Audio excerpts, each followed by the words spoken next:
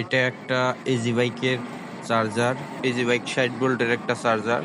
এটা কিভাবে ভলিউম পাল্টাইতে হয় অনেকে বোঝেন। এটা চ্যানেল বলে, অনেকে ভলিউমও বলে, কমানি বাড়ানি। দেখেন 1 থেকে 10 পর্যন্ত আছে, 10 গাট। এই জায়গায় আছে টোটালে 10টা লোক। আর এটা হলো এসি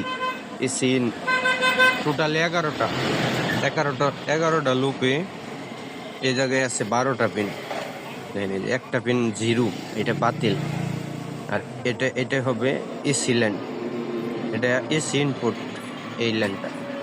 আর বাকি এই পাশে জিরো, এই পাশ থেকে 1, এই পাশ থেকে 1 2 3 4 5 6 7 8 9 10।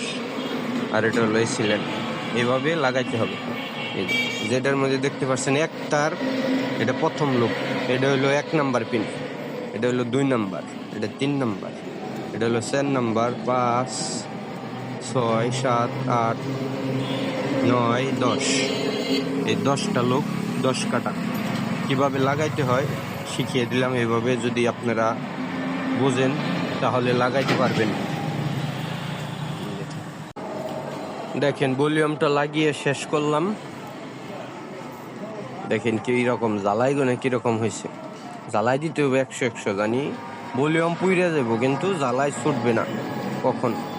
দেখেন জ্বালা কখনো ছুটবো না।